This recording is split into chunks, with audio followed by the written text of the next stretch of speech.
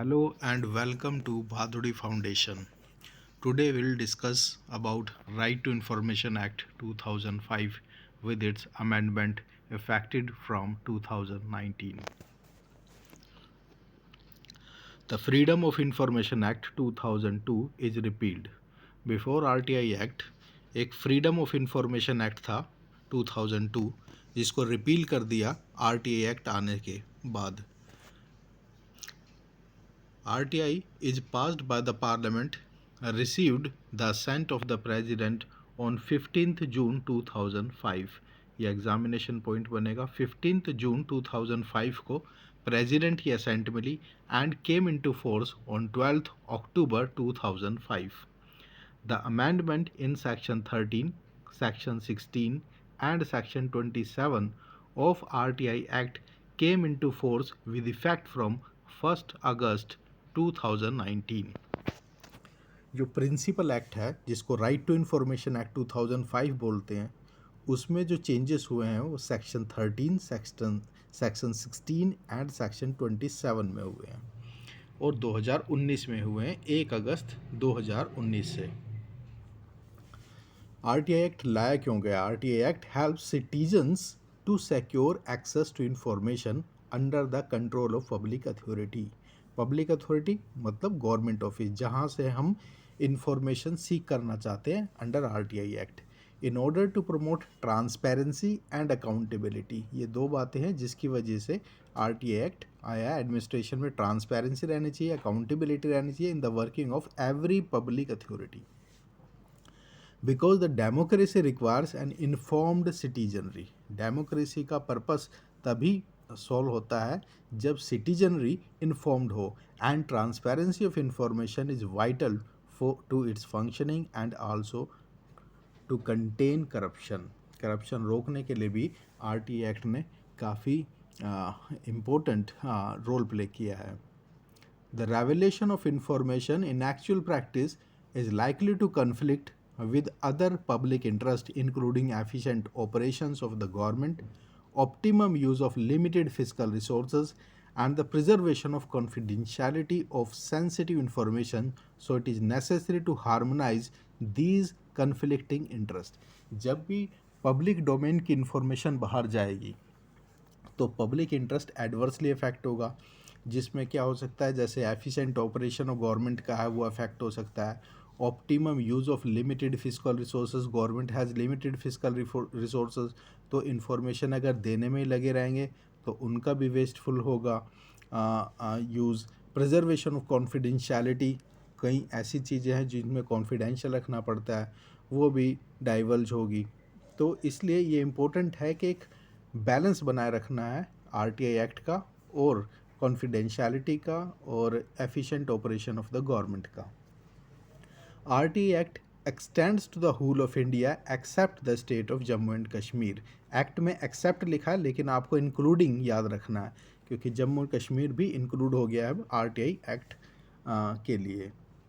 Some provisions shall come into force at once and the remaining provisions of this act shall come into force on 120th day.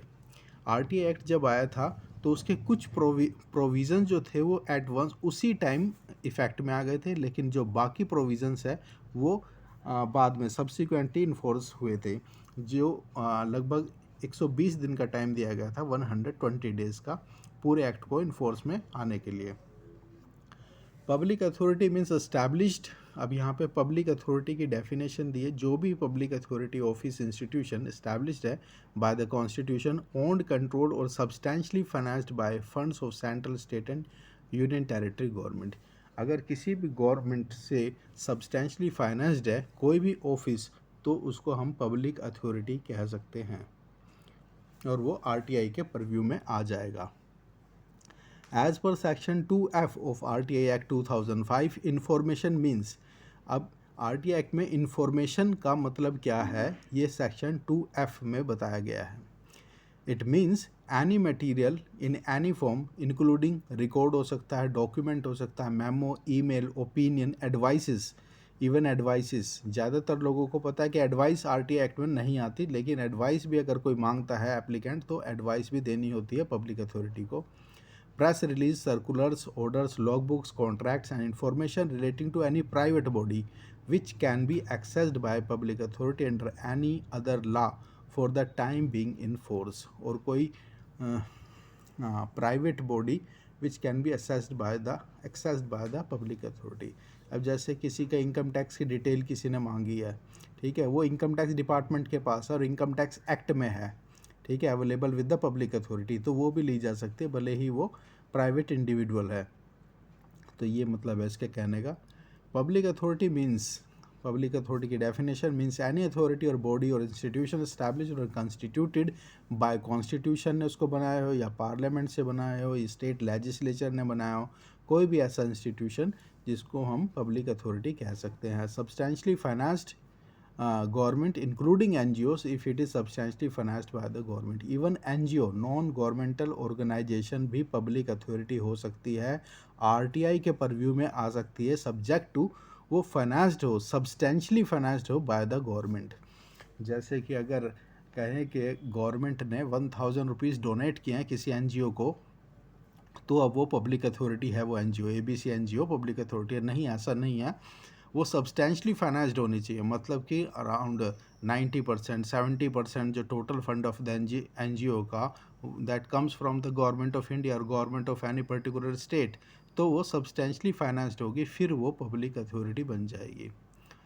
Next है right to information means inspection of work, documents, records, taking notes, extracts or certified copies of documents or records, taking certified samples of materials, obtaining information in the form of disk, floppy, tapes, video, किसी भी form में RTI की information को applicant ले सकता है। As per section 2N of RTI act 2005, third party means a person other than the citizen making a request for information and includes a public authority। Third party वो होती है जैसे कोई एप्लीकेंट है फर्स्ट पार्टी, जिससे हम information मांग रहे हैं पब्लिक अथॉरिटी सेकंड पार्टी, लेकिन जिसके बारे में इंफॉर्मेशन मांग रहे हैं वो थर्ड पार्टी हो गई। Every public authority shell maintain all it's record duly catalogued.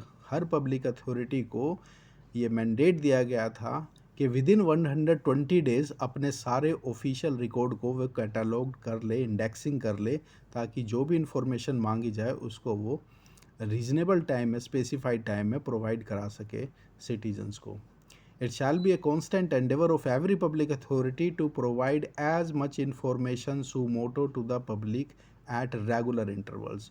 और हर पब्लिक अथॉरिटी का ये प्रयास होना चाहिए कि जितनी ज़्यादा इंफॉर्मेशन पॉसिबल हो सके वो सू मोटो ही पब्लिक को रेगुलर इंटरवल पे प्रोवाइड करा दे, वेरियस मीन्स ऑफ कम्युनिकेशन से, इंक्लूडिंग चाहे नेट से कराए, पब्लिक है मिनिमम रिजोर्ट टू, जिससे कि पब्लिक को कम से कम आरटी एक्ट को यूज़ करना पड़े।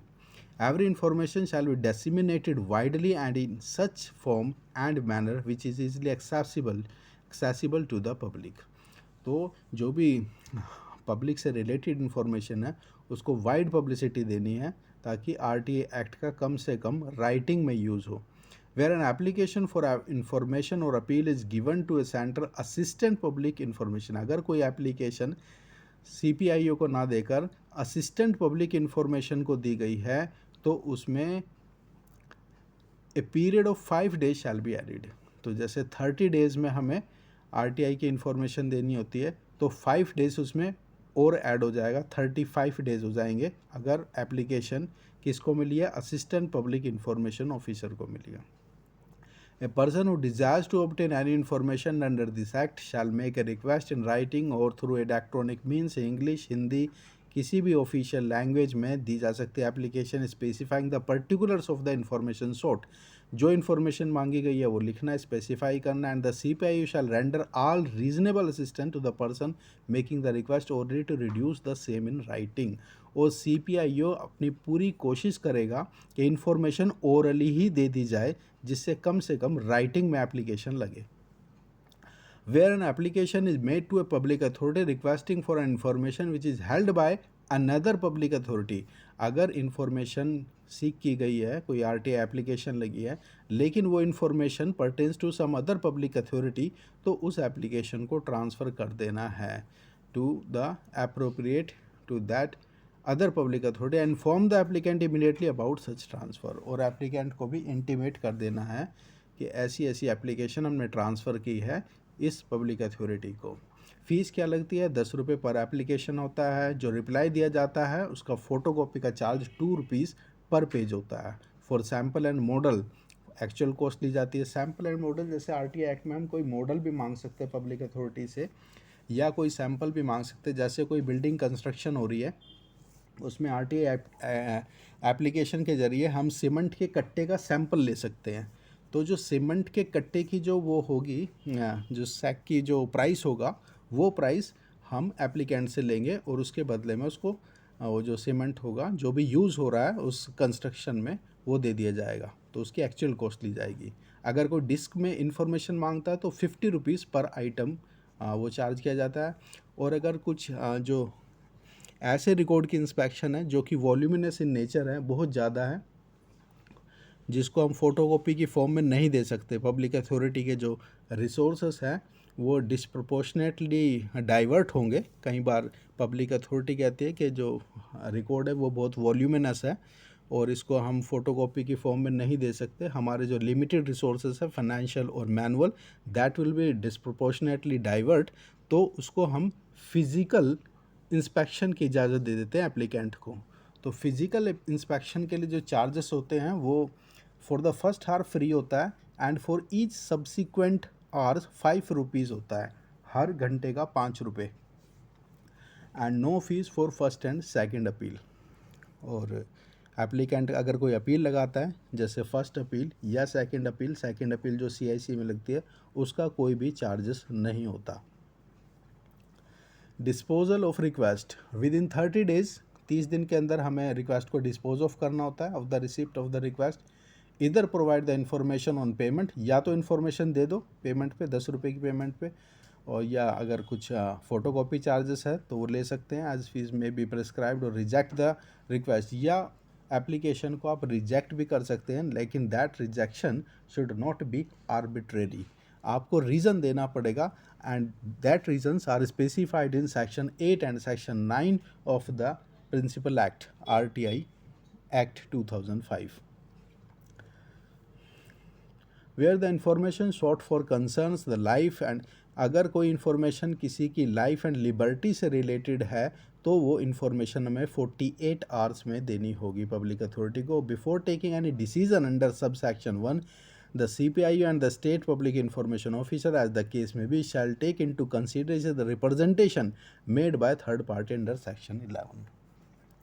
अगर कोई information that is related to third party, तो उसका जो भी रिप्रेजेंटेशन होगा थर्ड पार्टी को, that should also be considered by the CPIO before divulging the information to the applicant. Where a request has been rejected, अगर request हमने reject कर दिया, CPIO ने रिक्वेस्ट को रिजेक्ट कर दिया है, तो CPIO shall communicate to the person making the request. क्या क्या बताएगा? एक तो रीज़न फॉर रिजेक्शन बताएगा, कौन से सेक्शन 8-9 में किया गया है. Period with in which an appeal against the rejection में भी, कितने पीरियड में आप अपील कर सकते हैं ये बताएगा. और particulars of the appellate authority का, पर्टिकुलर्स का नाम, एड्रेस वगैरह ही उसके एप्लीकेशन के रिप्लाई में बताना होगा. That is mandatory as per the RTI act. Information shall ordinary be provided in the form in which, जिस फॉर्म में, जिस नेचर में एप्लीकेंट ने इन्फॉर्मेशन मांगी है, उसी फॉर्म में एप्लीकेंट को रिप्लाई भी देना है, उसी फॉर्म में वो इन्फॉर्मेशन देनी है. Unless it would disproportionately divert the resources of the public authority. अगर वो रिसोर्सेज को ज़्यादा ही डिस्प्रपोर्शनेटली डाइवर्ट कर रहे हैं तो हम उसका नेचर ऑफ इंफॉर्मेशन चेंज कर सकता है पब्लिक अथॉरिटी, अदरवाइज नहीं कर सकते. और would be detrimental to the safety और प्रिजर्वेशन ऑफ द रिकॉर्ड, मतलब रिकॉर्ड की सेफ्टी और प्रिजर्वेशन को भी नज़र में रखना है. जैसे अगर वॉल्यूमिनस नेचर का रिकॉर्ड है जिसकी फ़ोटोकॉपी नहीं हो सकती और पेज को डैमेज होने का खतरा है, तो फिर हम उसको कहते हैं कि फोटोकॉपी में नहीं, आप इंस्पेक्शन कर लिए, फिजिकल इंस्पेक्शन हम अलाउ करते हैं। Exemption from disclosure of information, कुछ एग्जाम्शंस भी दी गई है। इफ़ किस केस में, if sovereignty and integrity of India, security, strategic, scientific and economic interest are adversely affected. अगर sovereignty, integrity of India affect होती है, साइंटिफिक, इकोनॉमिक इंटरेस्ट अफेक्ट होते हैं, तो फिर इंफॉर्मेशन को डाइवर्ज नहीं किया जा सकता, या कोई ऐसी इंफॉर्मेशन है that is forbidden to be published by any court of law, तो भी उस इंफॉर्मेशन को पब्लिक अथॉरिटी देने से मना कर सकती है। Disclosure of such information is exempted which would cause A breach of privilege.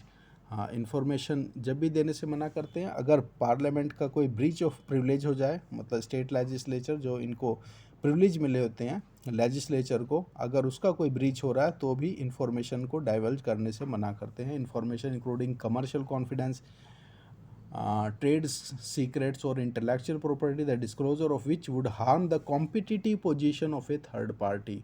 अगर किसी के ट्रेड, इंटेलेक्चुअल प्रॉपर्टी या कॉम्पिटिटिव पोजीशन अफेक्ट होती है, एडवर्सली अफेक्ट होती है थर्ड पार्टी की, तो भी इंफॉर्मेशन को रिफ्यूज किया जा सकता है unless the competent authority is satisfied that larger public interest warrants the disclosure of such information.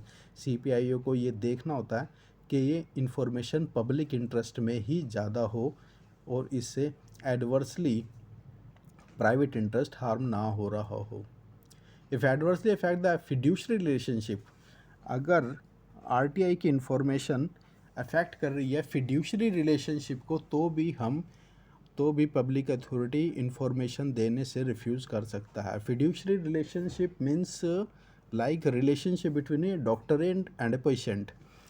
Fiduciary relationship, for example, like a relationship between a teacher and a student, तो इस case में information को मना किया जा सकता है। जैसे पेशेंट ने अपनी डिसीज़, कोई पर्सनल बीमारी डॉक्टर को बताई और डॉक्टर से या हॉस्पिटल से कोई RTI लगा के इसको पूछे कि ABC को क्या बीमारी है, उसका क्या ट्रीटमेंट चल रहा है, तो doctor on the basis of the fiduciary relationship उसको मना कर सकता है।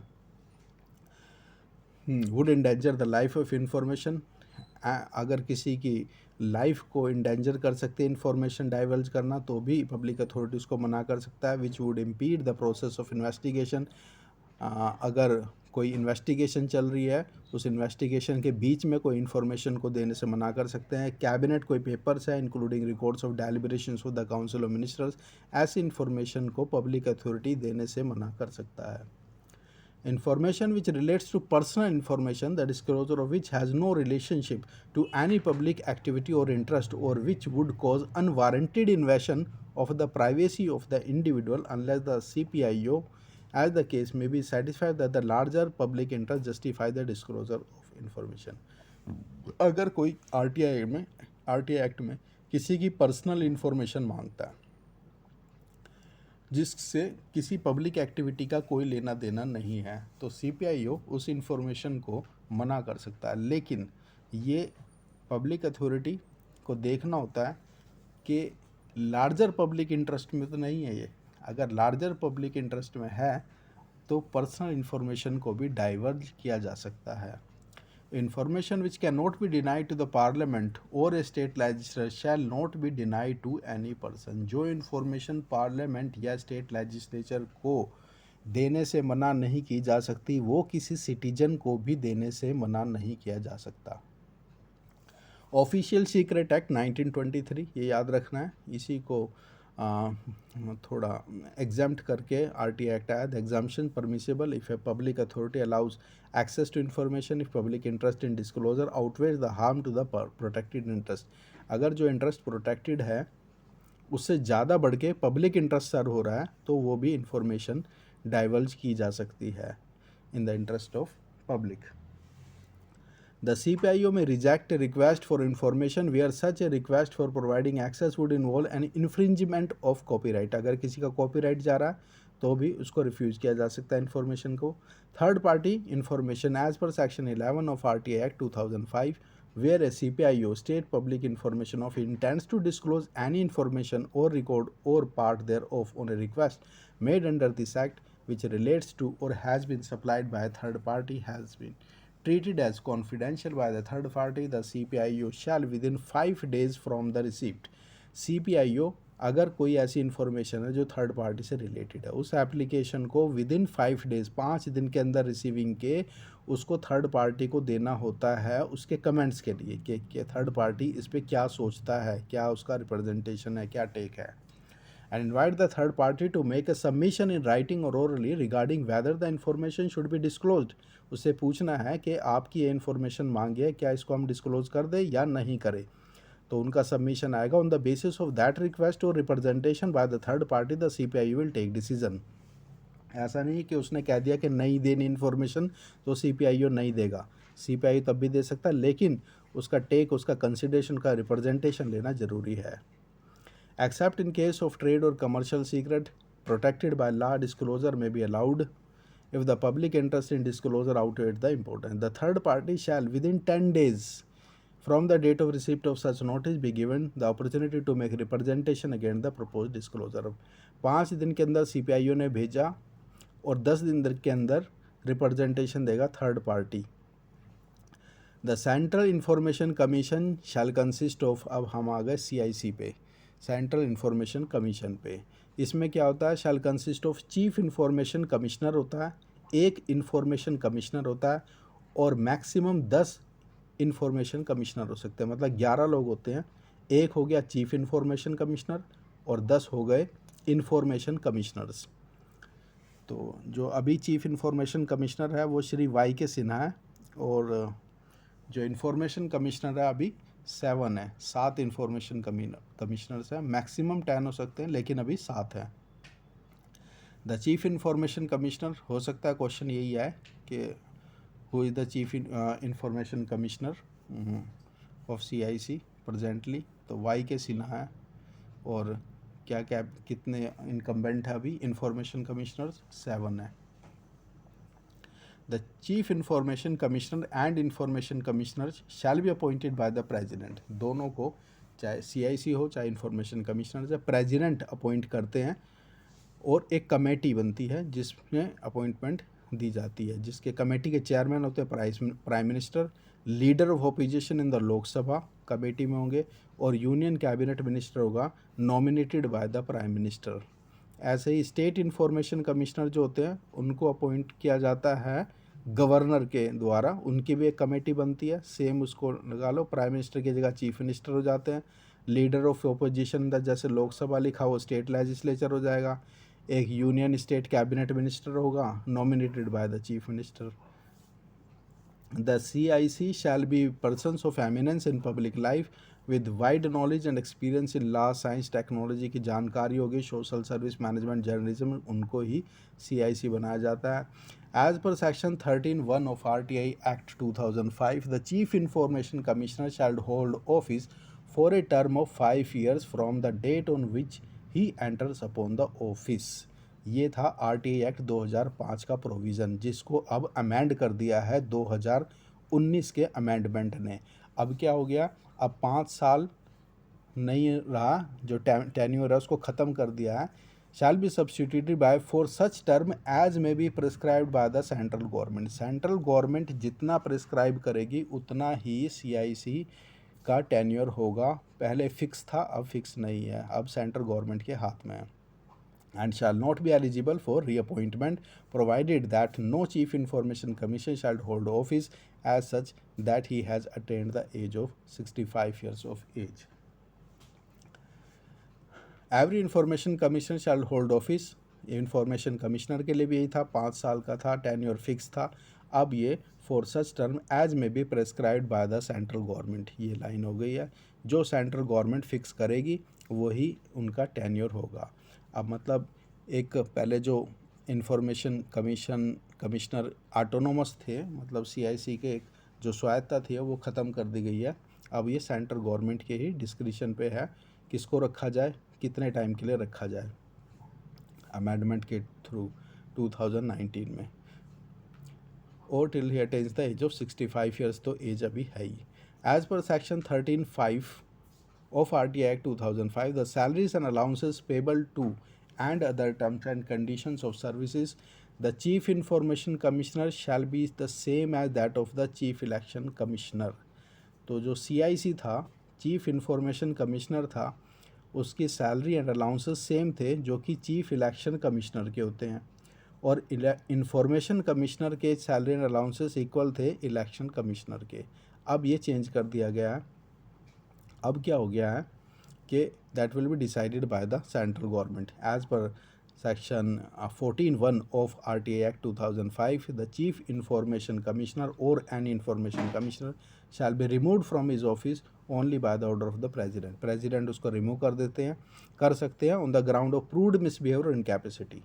After the Supreme Court ने reference made it by the President, President एक रिपोर्ट भेजता सुप्रीम कोर्ट को और सुप्रीम कोर्ट इसको एक्सेप्ट कर लेते हैं, तो इनको चीफ इंफॉर्मेशन कमिश्नर को हटाया जा सकता है। On inquiry reported that the chief information commissioner and information commissioner ought on such ground be removed.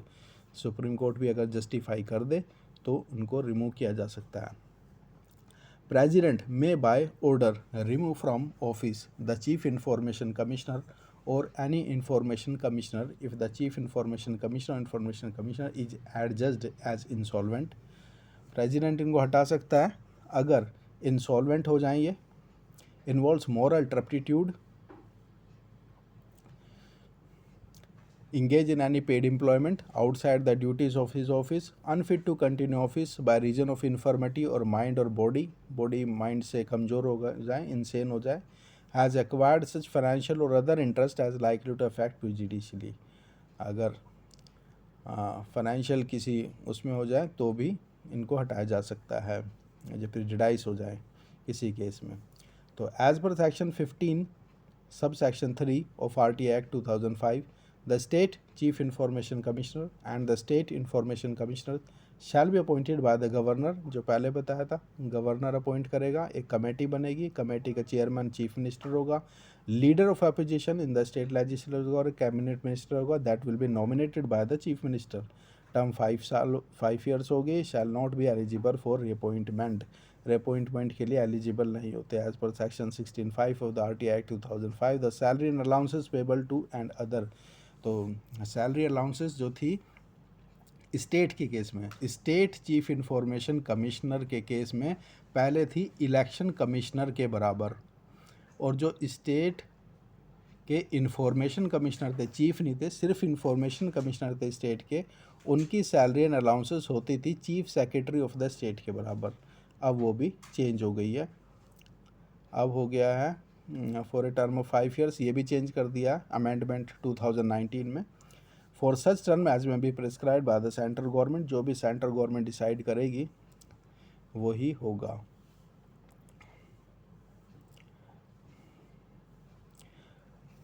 ये जो चेंज हुआ अमेंडमेंट में, the salaries and allowances payable to other terms and conditions of services of the state chief information commissioner and the state information commissioner shall be such as may be prescribed by the central government। तो salary and allowances, age, tenure जो भी होगा that will be decided by the central government, and वो पहले से prescribed जो act में थी RTA Act 2005 में थी, अब वो चेंज हो गई है। इसीलिए कहते हैं कि RTA एक्ट को अब टूथलेस बना दिया है। जो बहुत सारी NGO सुप्रीम कोर्ट में फाइल किया था केस कि RTA एक्ट को अब टूथलेस बना दिया है, तो गवर्नमेंट का भी इसमें अपना व्यू था। उसमें गवर्नमेंट कह रहे थे जो चीफ इंफॉर्मेशन कमिश्नर होता है that is equivalent to election commissioner of India, chief election commissioner of India, and chief election commissioner of India is equivalent to chief justice of India. तो यहाँ पे थोड़ा लीगल कॉन्ट्रडिक्शन था। Government का कहना है कि जब चीफ इंफॉर्मेशन कमिश्नर का जो ऑर्डर है, अगर चीफ इंफॉर्मेशन कमिश्नर RTI में कोई ऑर्डर पास करता है तो that can be challenged in A high court. तो वो कैसे पॉसिबल है जब chief information commissioner chief justice of India के इक्वलेंट है, तो उसके ऑर्डर को हाई कोर्ट में चैलेंज कैसे किया जा सकता है। तो ये डिफेक्ट था RTA Act 2005 में, जिसको गवर्नमेंट ने कहा कि हम इसको अमेंड करके इसको ठीक करेंगे।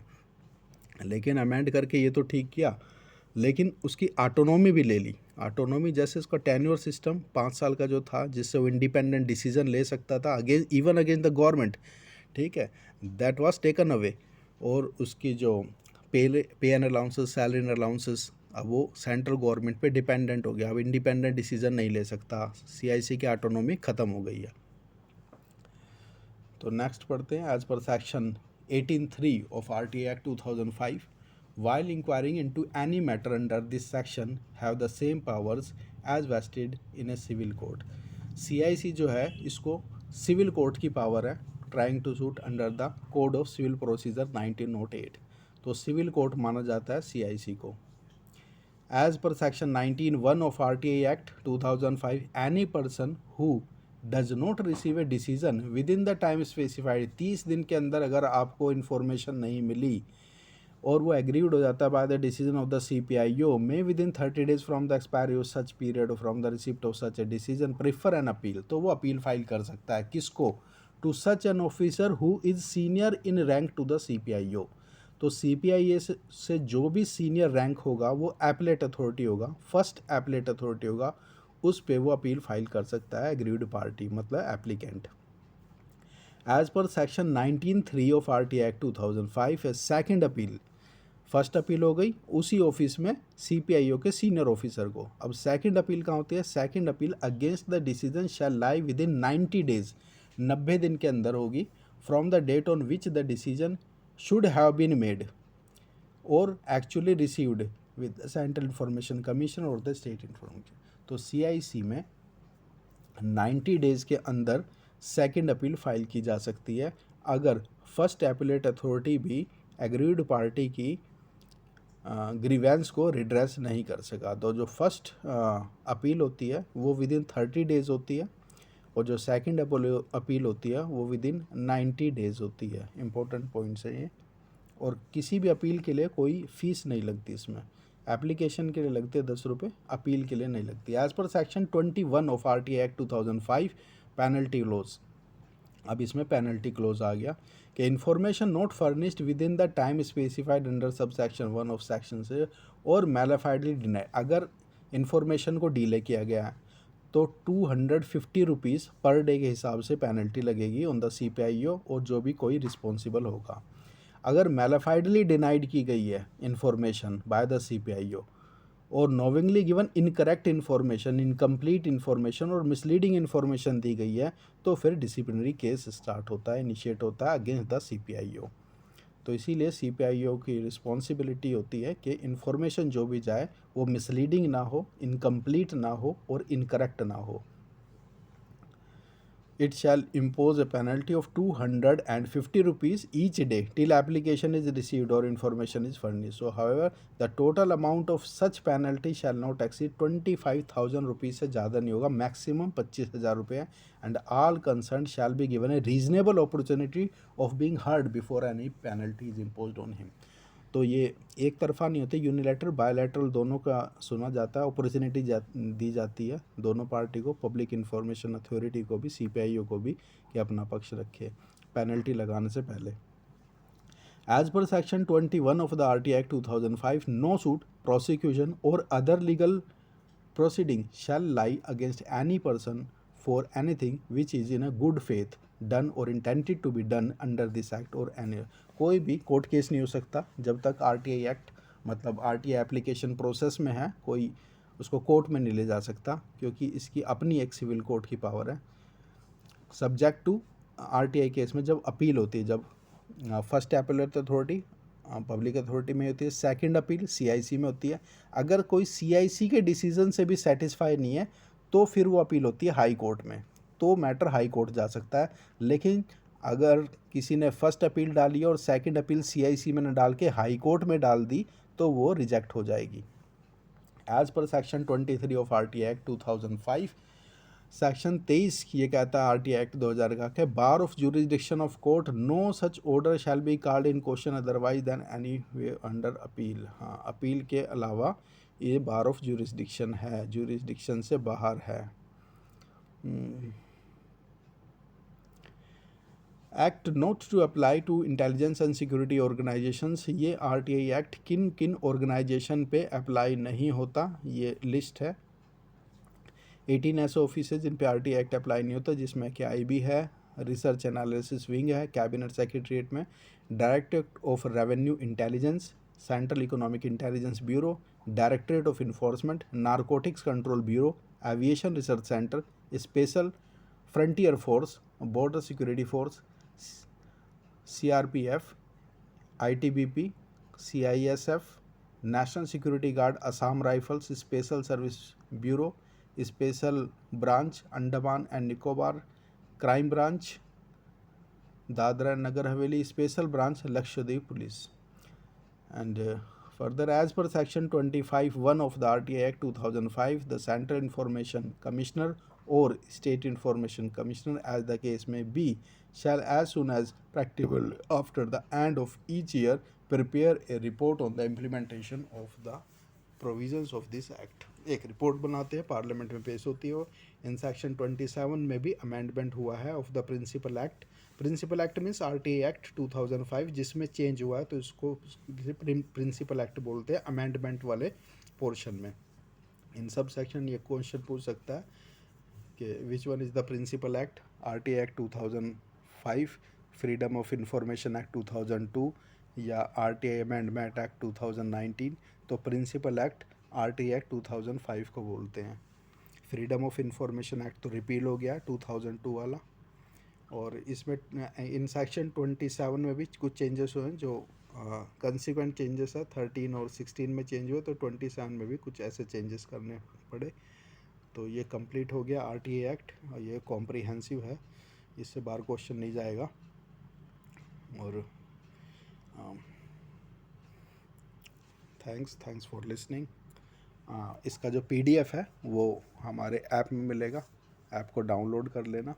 सारे PDF उसी में आएंगे और जितना हो सकेगा वीडियो तो बनाते रहूँगा, लेकिन सारा जो कोर्स है वो उसमें हमारे भादुड़ी फाउंडेशन ऐप में ही मिलेगा. Thank you.